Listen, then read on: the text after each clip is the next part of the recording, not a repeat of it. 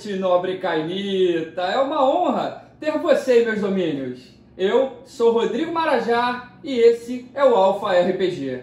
Galera, no vídeo de hoje eu vou trazer para vocês as informações incríveis desse historiador fortíssimo chamado Rafael de Corazon. Galera, o Rafael ele nasceu na Espanha no ano de 1154, na época em que os conflitos religiosos sangrentos entre cristãos e muçulmanos definiam ali a bela paisagem de Navarra durante o turbulento século XII.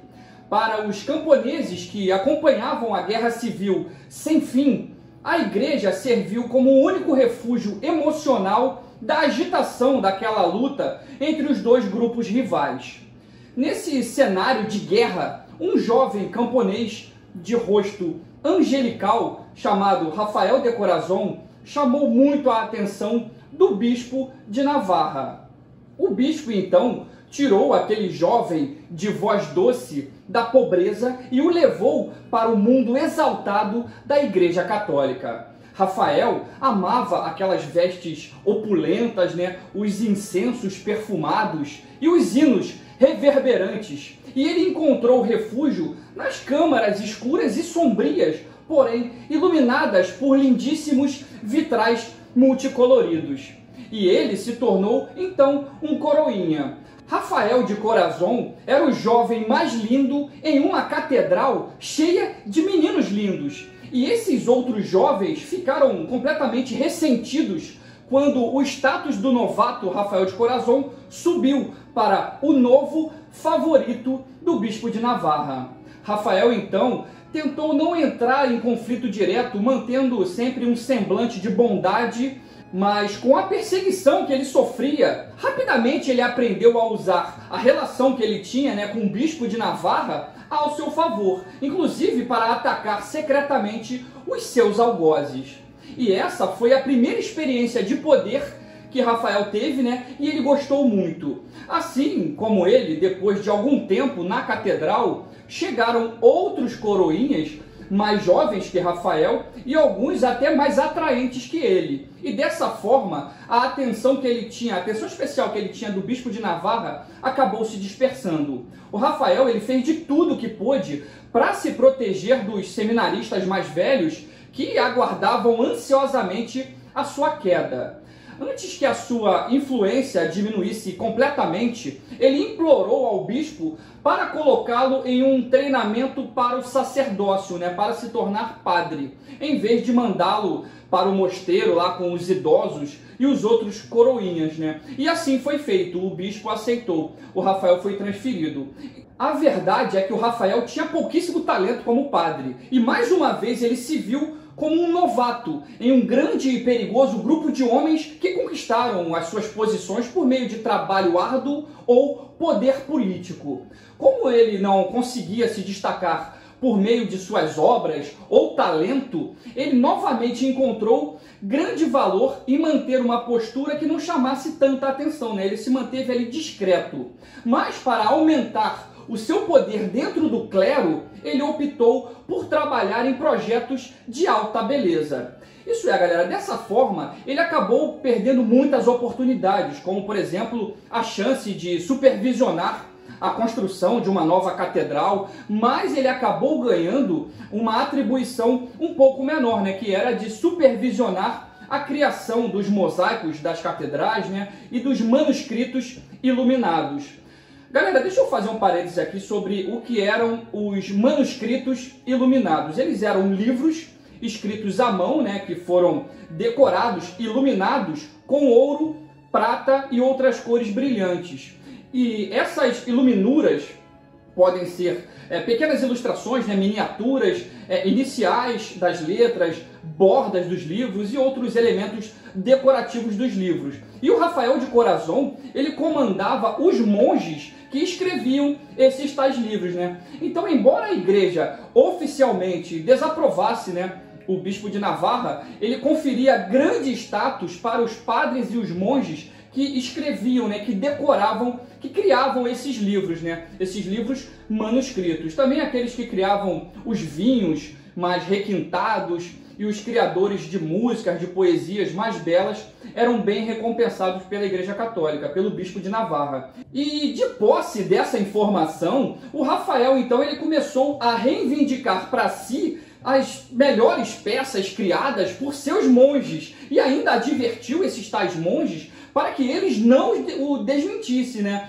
E não desafiassem a influência que Rafael tinha junto ao bispo. Isso mesmo, galera. Ele dizia que tudo que era criado, as obras mais bonitas que eram criadas pelos monges, foi ele que tinha feito. Era tudo mentira. Ele era realmente um fanfarrão. E os monges estavam irritadíssimos com essa situação. Mas, estranhamente, o bispo de Navarra simplesmente ignorou aquelas obras feitas por Rafael de Corazon. E, novamente, o Rafael sentiu o seu status simplesmente despencando. Os monges que ele tinha maltratado, né, que ele tinha usado, apenas aguardavam muito satisfeitos, pois a queda de Rafael era algo irremediável. Ele havia cultivado muitos inimigos e ele não poderia mais se esconder no anonimato silencioso novamente como ele fez no início da sua carreira. Então, para recuperar a atenção do bispo de Navarra, o Rafael decidiu correr um grande risco.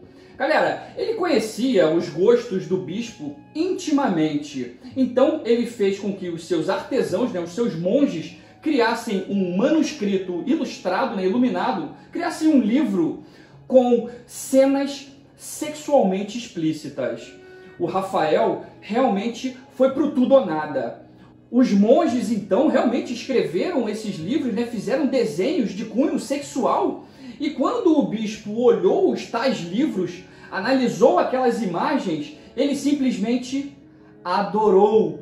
O bispo adorou aquela nova obra. Ele ficou maravilhado. E dessa forma, o Rafael ascendeu novamente, renovando o seu status dentro da catedral. Alguns anos se passaram e a vida de Rafael de Corazon mudou para sempre, né? Durante uma visita noturna de uma nobre misteriosa e solteira chamada Caliste e Castilho, que se dizia ser uma bruxa pagã imortal de uma linhagem antiga. Na verdade, galera, ela era uma Matusalém fortíssima do clã Toreador, de quarta geração, né? Cria direta de Arikel. Alguns clérigos a chamavam de cria de Satanás, pois acreditavam que ela bebia certamente sangue humano e também praticava ocultismo. Já o bispo de Navarra, ele sabia que se pudesse convencê-la a se converter ao cristianismo, ela ajudaria muito na reconquista e a recuperar a Espanha para a cristandade. Galera, a reconquista da Península Ibérica foi um movimento ibérico cristão, militar e religioso, tá? Que opôs ali os cristãos e os muçulmanos numa guerra secular ali pela recuperação dos territórios perdidos para os conquistadores árabes durante ali o século VIII, quando os muçulmanos invadiram a Península Ibérica e estabeleceram um domínio que durou mais ou menos ali do ano de 711 a 1492. Assim, antes da invasão árabe, a Península Ibérica era habitada por povos germânicos, convertidos ao cristianismo durante ali a Alta Idade Média. Contudo, após a morte do Maomé, os muçulmanos expandiram seus domínios pelo norte ali da África, até que em 711, o general do Império Islâmico, né, o Tariq Ibn Ziyad, ele atravessou o Estreito de Gibraltar e adentrou ali a península, derrotando os cristãos e os expulsando para a região mais montanhosa ali no norte da península, né, uma região chamada Astúrias. E de lá, dessa região montanhosa chamada Astúrias, 7 anos depois, né, isso já em 718, foi de onde se iniciou a ofensiva cristã. Um homem chamado Pelágio, que era líder daqueles cristãos germânicos, reuniu um grupo de homens que estavam refugiados lá nas montanhas, dando início à reconquista dos territórios perdidos. Então, após 4 anos de muita batalha, já em 722, eles finalmente obtiveram a grande vitória e com o passar dos anos, isso já em 740, as terras localizadas ao norte do Rio Douro já eram todas cristãs novamente. Mas mesmo com o passar dos séculos, galera, aquela região sempre foi um local de conflito e de tentativa do restabelecimento dos muçulmanos. Então, já no século XI, esse processo de reconquista ali da Península Ibérica passou a ser considerado uma missão sagrada. Assim, com o apoio dos cruzados, os reinos ibéricos eles conseguiram retomar cerca de metade dos territórios muçulmanos em pouco tempo, conquistando ali o Califado de Córdoba, isso no ano de 1031. Como consequência, vários reinos cristãos surgiram das derrotas mouras, como o Condado Portucalense, o Reino de Aragão, o Reino de Castela, o Reino de Navarra e o Reino também de Leão, que na verdade originaram posteriormente o que hoje é conhecido como, em sua maior parte, né, Portugal e Espanha. Galera, mas voltando aqui para a nossa lore do Rafael de Corazon, as práticas pagãs eram muito menos ameaçadoras do que os mouros muçulmanos. Então, os espiões do bispo de Navarra lhe disseram que a tal Caliste, né, a tal toreador, que ninguém sabia que ela era uma vampira, né, os espiões disseram ao bispo que a Caliste valorizava muito a arte e ela se inclinou a apoiar os mouros apenas por causa da sua rica herança artística. Ele então, né, o bispo, ele planejou cortejar a nobre pagã, ofertando algumas artes sacras da catedral. A maioria dos padres correram para tornar cada detalhe da visita de Caliste algo perfeito, mas alguns outros protestaram, né, contra a influência corrosiva e até mesmo demoníaca daquela estranha. Então chegou, galera, o grande dia da visita de Caliste. Ela entrou na catedral à meia-noite em ponto, galera. Uma mulher incrivelmente sensual, com uma falange de guerreiros e uma comitiva de jovens atendentes docemente atraentes. Os padres ficaram boquiabertos e aceitaram alegremente as extravagantes exibições sensuais daqueles homens que acompanhavam Caliste. Mas eles estranharam muito, pois todo aquele poder sexual estavam sob comando de uma mulher. Quase todos os monges levantaram de suas camas para ter um vislumbre daquela mulher que foi capaz de ser recebida pela Igreja Católica numa hora tão tarde da noite, né? Os padres lutaram ali para impedir que os monges celibatários pudessem ver toda aquela beleza que era tão provocante. A Caliste sabia exatamente o que sua presença havia causado e ela sorriu sedutoramente. O bispo instruiu os padres para que fizessem uma grande demonstração de hospitalidade, né? E ele recebeu Caliste com vários e vários presentes, mosaicos, vitrais e até mesmo o bispo deu para Caliste a sua Bíblia, que era pintada da forma mais requintada existente naquela época. Mas ela, galera, a Caliste, ela achou todos aqueles presentes não eram suficientes e ela rejeitou a conversão ao cristianismo. O Rafael de Corazon, que observava aquele encontro, né, entre Caliste e o bispo, ele não se conteve e cobiçou aquela arrogante mulher que irradiava sensualidade crua e paixões perversas. Durante aquele mini tumulto, né, onde os padres estavam abismados com a negativa de Caliste e o bispo gaguejava tentando argumentar, né, tentando encontrar alguma forma de convencê-la. Nesse momento, galera, nesse burburinho, o Rafael então caminhou lentamente até Caliste e deu a ela um manuscrito, deu um livro que retratava explicitamente Adão e Eva nus, completamente pelados, envolvidos em fornicação perversa após a queda do homem, após comerem, né, a maçã, fruto proibido, e terem sido expulsos do Jardim do Éden. Algumas imagens naquele livro que foi dado por Rafael, aquele livro de páginas douradas, né, traziam realmente a imagem de Adão e Eva se relacionando sexualmente, tendo muito prazer. Caliste aceitou o livro, elogiou a grande beleza daquela obra e no mesmo momento que ela recebeu aquele livro, que viu aquelas imagens, ela aceitou completamente a sua conversão total total ao cristianismo, naquele mesmo local, naquela mesma hora, deixando o bispo de Navarra envergonhado e horrorizado, assim, perplexo, né? Caramba, Rafael conseguiu converter Calliste. E ela fez, então, depois de se converter ao cristianismo, ela fez uma doação considerável para a reconquista, né, para aquela guerra que estava acontecendo, né, para que os católicos conseguissem realmente reconquistar todas as terras ali da Península Ibérica, e ofereceu até mesmo o uso de suas fortalezas, que eram várias. A Calliste pediu permissão ao bispo de Navarra para levar o talentoso e jovem sacerdote Rafael de Corazon com ela. Mas o bispo, galera, recusou completamente aquele pedido impróprio, né, dizendo que não fazia parte do acordo original.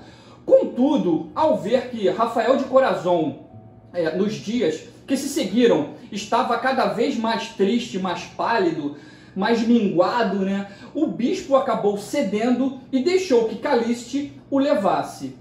O que o bispo não fazia ideia era que Calliste era uma vampira, né, poderosíssima, e estava drenando o sangue de Rafael de Corazon todas aquelas noites durante o sono de Rafael. Agora então que Rafael de Corazon era dela, Calliste o abraçou, transformando-o em sua cria. Ele estava chocado, né? Rafael estava chocado com aquela mudança tão repentina, né? E não pôde fazer nada para resistir. Ela exigiu que ele pintasse outras obras eróticas para ela. Mas a arte criada por Rafael de Corazon era horrível, era horrorosa, era medíocre. E ela, percebendo aquele engano, né, pois quem pintava, galera, quem criava aqueles livros, aquelas imagens, na verdade, eram os monges, né, não o Rafael. Então ela ficou completamente furiosa. E ela decidiu, então, destruir aquele vampiro recém-abraçado. Quando ela drenava todo o sangue daquele maldito vampiro falso, ele implorou para sua mestra, né, para sua senhora, que poupasse a sua existência. Ele insistiu que sua transformação havia mostrado um tipo especial de talento artístico e que a sua própria vida era uma obra de arte. Divertida, né, achando cômico aquela situação, a Calliste então poupou, aceitou o apelo de Rafael e deixou ele vivo. O Rafael de Corazon, então, galera, ele era realmente medíocre, essa que é a verdade. E nessa nova reviravolta do destino, ele se sentiu, mais uma vez, completamente insignificante. Isso numa comitiva ali de vampiros machos, lindos, talentosos e ciumentos, extremamente ciumentos. E ele novamente encontrou o conforto aonde? No anonimato, simplesmente ficando quieto num canto, cuidadosamente escondendo as suas aspirações e ambições dos outros vampiros que tinha ali por perto. Tempos depois, galera, quando a Inquisição explodiu, a Inquisição da Igreja Católica, a Calliste, ela não quis mais participar da guerra ali contra os humanos, contra os mortais, né, da Inquisição. Ela estava cansada da arte cristã, achando que cada vez aquela arte era mais árida e sem vida. Então a Calliste decidiu partir para a Índia, onde ouviu falar, né, ela tinha ouvido falar que um novo estilo de arte erótica florescia. Então ela deixou para trás a política entre os clãs. O Rafael, então, galera, silenciosamente, ele se ofereceu para cuidar dos negócios ali enquanto a Calliste estivesse fora. E ela consentiu, ela aceitou com pouco interesse ou mesmo entusiasmo. Ela simplesmente deixou na mão daquele inútil. E na ausência da Calliste, o Rafael explorou descaradamente o seu poder, usando toda a autoridade de Calliste para propor tratados, formar alianças, lançar lutas territoriais. Ele criou inúmeros vampiros, enquanto se escondia por trás da autoridade de sua senhora. Os seus medíocres talentos artísticos deram a ele pouco status no clã toreador. Então ele se tornou um grande patrono das artes, se destacando ali pelo comprometimento, né, proteção e admiração de todo tipo de arte. Ele sabia que vários talentosos vampiros toreador não o respeitavam. Então ele secretamente usou o seu poder para prejudicar esses vampiros e até mesmo constrangê-los. E foi também nessa época, galera, que o Rafael de Corazon ajudou na formação da Camarilla, né? Embora no passado tenha havido várias tentativas de se formar ali alianças entre os clãs somente em 1394 que alguns anciões realmente começaram a cogitar a possibilidade de se formar ali uma liga entre os vampiros. Mas por anos e anos, nada de efetivo foi realmente feito. Até que o castelo do Ventrue Hardestad, né, o Velho, sofreu um ataque ousado liderado pela famosa anarquista Tyler. Então, devido a esse ataque, né, os anciões reconheceram a necessidade de uma frente unificada e então finalmente uniram várias de suas crias, né, os seus servos mais confiáveis, em uma força-tarefa conjunta para enfrentarem os anarquistas. Mas, galera, a política e as rivalidades simplesmente continuavam a dividir aqueles anciões, né? A formação da Camarilla, realmente, né, da Torre de Marfim, só foi anunciada em 1435, quando os fundadores da Camarilla, né, entre eles o Rafael de Corazon, eles começaram a se reunir mais abertamente e apoiando, no caso ali, uma coalizão entre os vampiros para se protegerem mutuamente, né? Se protegerem dos perigos dos anarquistas itinerantes, né? Que estavam ali naquela época na Idade Média, se protegerem também dos invasores assamitas e se protegerem das turbas mortais que eram cada vez mais perigosas, né? Galera, como é que alguém pode não gostar de Dark Ages? Cara, olha esse conteúdo. Assim, a guerra continuou nas décadas seguintes, né? Até que em 1486, o primeiro conclave, o primeiro foi convocado. E durante esse conclave, os Justicares, eles receberam a autoridade mais ampla, né, para punir aqueles vampiros que violassem as tradições. Mas a Inquisição e a rebelião anarquista, né, elas continuavam a destruir até mesmo as maiores famílias cainitas. E os clãs restantes, né, os remanescentes, decidiram então se reunir mais uma vez para formular uma resposta unificada. E essa reunião ficou conhecida como Convention of Thorns, que aconteceu ali em 23 de outubro de 1493. Na Convention of Thorns foi proposto pelos fundadores da Camarilla, que haviam se reunido, né, no caso ali, 7 anos antes, naquele primeiro conclave, selar um acordo de paz entre os líderes da Camarilla, os anarquistas e o clã assamita. Esse nome, Convention of Thorns, Convenção dos Espinhos, na verdade, ele está relacionado, galera, com o nome do local onde aconteceu o tal encontro, né? Que foi na Abadia da Coroa Sagrada, perto ali da pequena vila de Thorns, na Inglaterra. E nesse encontro foram tratados 3 problemas. O primeiro problema era o seguinte: fazer uma trégua nos conflitos ali contra os assamitas, que estavam simplesmente diablerizando todos os anciões que eles encontravam, né? Esse era o primeiro problema. Segundo problema, realmente trazer também uma trégua contra os vampiros anarquistas, que também estavam caçando e matando todos os anciões e os seus senhores. E o terceiro problema, que foi tratado na Convention of Thorns, eles tinham que resolver a questão da Inquisição Católica, que também estava matando muitos vampiros nessa época. Então a convenção, galera, colocou uma responsabilidade igual em todos esses 3 grupos de vampiros, né? A Camarilla, né, eles tinham que manter a paz. A Camarilla, os assamitas, que eram praticamente independentes, e os anarquistas.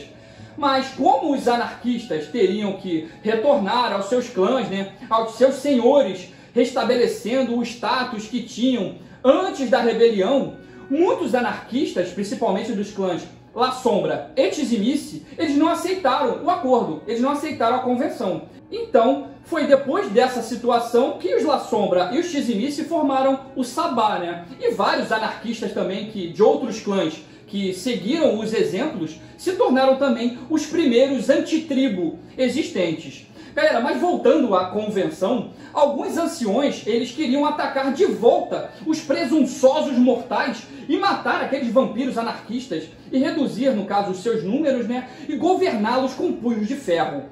Porém, os outros cainitas acharam isso um suicídio, né, e propuseram tentar, de certa forma, ludibriar, convencer os anarquistas para que lutassem naquele momento contra a Inquisição Católica. Então o Rafael de Corazon, ele explorou, né, aquela autoridade que ele tinha da sua senhora, né, da Caliste, para se dirigir aos demais líderes anciões naquela reunião.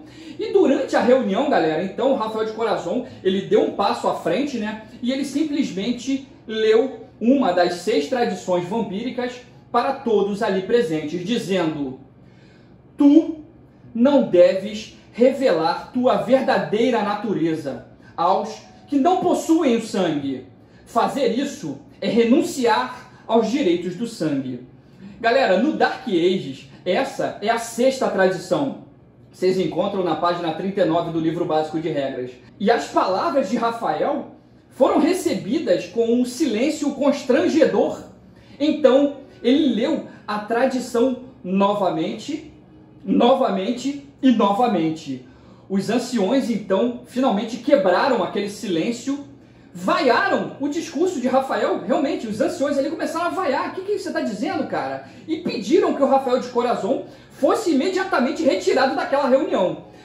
Quando eles vieram para retirar o Rafael daquele local, o Rafael os advertiu, né, protestando contra os mais velhos ali, por abandonar a tradição mais sagrada dos vampiros. O Rafael de Corazon, então, ele disse: nós somos os culpados por isso. Perdemos a nossa reivindicação de sangue por viver de forma tão visível entre os mortais. O Rafael, ele estava se referindo claramente, dizendo que o surgimento da Inquisição foi culpa dos próprios vampiros. Nessa época, galera, não existia a tradição da máscara, tá? Em Dark Ages não existe a máscara. O que existia naquela época era uma tradição chamada o silêncio do sangue. E ela, na verdade, era a última. Ela não era mais importante. Ela era a última tradição dos vampiros. Então, na Idade Média, na época medieval, os vampiros não tinham tantas preocupações quanto hoje em dia. E a maioria dos mortais simplesmente temiam, morriam de medo das criaturas sobrenaturais. O próprio livro básico de regras, galera, de Vampiro à Idade das Trevas, na página 50, diz que na era medieval, muitos mortais tinham completa certeza que os vampiros existiam. E em meio àquela gritaria dos anciões, né, clamando pelo sangue de Rafael, né, querendo a cabeça de Rafael, ele gritou mais alto ainda: viver abertamente entre os mortais foi a nossa ruína. Nós violamos o espírito de nossa tradição e pagamos com sangue esse erro. Os mortais são muito numerosos e invejosos de nosso poder. Eles vão tentar nos destruir enquanto nos conhecerem. Tem sido sempre assim. Nós devemos virar as costas para eles. Devemos esconder nossos rostos de seus olhos invejosos. Galera, o discurso de Rafael de Corazon, né, esse discurso apaixonado, alcançou até mesmo as mentes mais fechadas dos anciões Ventrue e Tremere. E suas palavras mudaram os pensamentos dos cainitas que estavam ali presentes, de um desejo de uma guerra total contra os mortais por uma simples sutileza e subversão. E por causa desse discurso de Rafael de Corazon, os vampiros foram para a clandestinidade e começaram a cobrir os seus rastros. Eles secretamente começaram a mudar a forma de agir e começaram a agir realmente mais inteligentemente. Os agentes humanos dos vampiros, né, os carniçais, o rebanho, começaram então a zombar daqueles que testemunhavam que haviam visto algo sobrenatural, algo vampiro. Então os carniçais, né, o rebanho, falavam: não, tá doido. Começavam a ridicularizar aquelas lendas, simplesmente contradizendo, né? Sempre que alguém falava: não, eu vi um vampiro, eu vi um poder, eu vi uma invocação. E os carniçais humanos que estavam sempre por perto, na região ali, nas aldeias, né, eles falavam: não, cara, você tá doido, você tava bêbado. E foi dessa forma, galera, que os vampiros sobreviveram à Inquisição. E dentro de várias e várias gerações, a humanidade simplesmente voltou-se para a ciência e começou a zombar da superstição. Foi por causa do discurso apaixonado de Rafael de Corazon, galera, durante a Convention of Thorns, que foi criada realmente a máscara. Foi nesse momento. E essa máscara, né, essa tradição, passou a ser a primeira tradição entre os vampiros, né, e se tornou a principal forma de agir dos cainitas, né? E foi nesse momento que o herói dos vampiros, né, usou o seu novo status, né, o seu poder para pressionar novamente a guerra contra os anarquistas e manter os neófitos abatidos. Galera, o Rafael de Corazon, ele simplesmente odeia os anarquistas.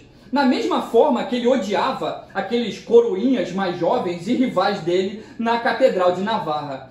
Mas enquanto o Rafael segue firme com respeito de todos os outros vampiros, ele, na verdade, ele ainda vive com medo, galera, muito medo do retorno da sua senhora, da Caliste, né? Ele tem muito medo de que quando a Caliste voltar e souber tudo que ele fez, né, que ele cometeu muito abuso de poder utilizando o nome dela, né? Então ele morre de medo dessa situação, né? Mas de qualquer forma, a Caliste ainda se encontra lá na Índia, né? Muitos historiadores consideram o Rafael de Corazon um símbolo para o clã, né?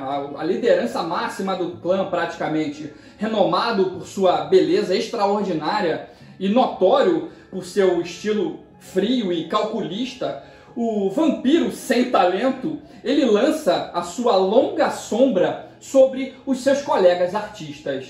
Como a sua senhora, o Rafael, ele também se cerca de um grupo de jovens, né, homens e mulheres extremamente lindos, belos, todos com algumas falhas, para não ofuscar a própria beleza de Rafael de Corazon. Embora ele não seja o mais velho, ou mais poderoso, ou mais talentoso do historiador, o Rafael com certeza é o mais influente. E ele conquistou os corações e mentes de todos de seu clã durante a Inquisição, né? E ele continua no controle sobre o pensamento do clã toreador desde então. A Camarilla simplesmente o venera por incentivar, né, a máscara, e também muitos vampiros acreditam que a sociedade vampírica somente sobreviveu às devastações da Inquisição apenas por causa dele, né, por causa do esquema de se esconder ali, tirar, né, os sinais da presença vampírica dos olhos dos mortais. E então, galera, o Rafael finalmente conseguiu toda a admiração e todo o respeito que ele tanto buscou. Galera, de acordo com o livro Giovanni Chronicles 2, tá? O Blood and Fire, o Rafael nasceu em 1154, né, e foi abraçado, foi transformado em 1182, conforme nós falamos no início do vídeo. Só que, no entanto, no livro Transylvania Chronicles 2, o Son of the Dragon, é afirmado que o abraço, né, que a transformação do Rafael somente aconteceu em 1389. Eu, sinceramente, eu acho que a versão do Giovanni Chronicles muito mais interessante, batendo até com essa questão da Inquisição, a questão da formação da Camarilla. Eu utilizo a primeira versão, a primeira informação. Outra coisa bem interessante, galera, é que na internet, na página da White Wolf Fandom, eles também mencionam que existe um boato de que o Rafael de Corazon, ele simplesmente pegou o pênis, galera, de Mika Vaikos, depois que o Tizimice, né, arrancou a sua masculinidade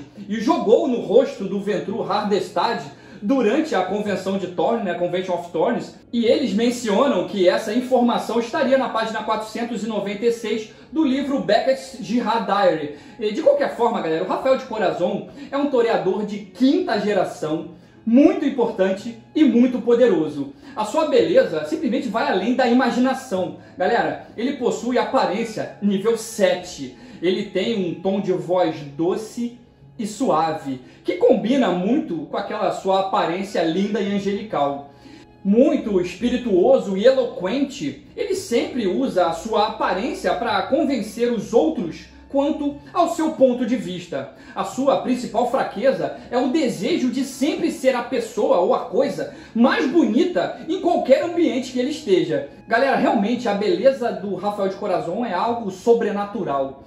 E as disciplinas desse fortíssimo vampiro são, vamos lá, galera: ofuscação nível 3, dominação nível 3, auspícios nível 4, rapidez nível 4 e presença nível 7. Realmente forte demais. Galera, eu espero que vocês tenham gostado do vídeo de hoje, tá? Bem interessante nessa história do Rafael de Corazon, que mesmo não sendo tão poderoso comparado, né, aos outros vampiros que nós vimos recentemente no canal, né, ele consegue se destacar na importante lore de Vampiro a Idade das Trevas. Tá bom, galera? Eu vou ficando por aqui. Não se esqueçam de deixar seu like, tá? De se inscrever no nosso canal, de ativar o sininho de notificações e a gente se vê no próximo vídeo. Fui!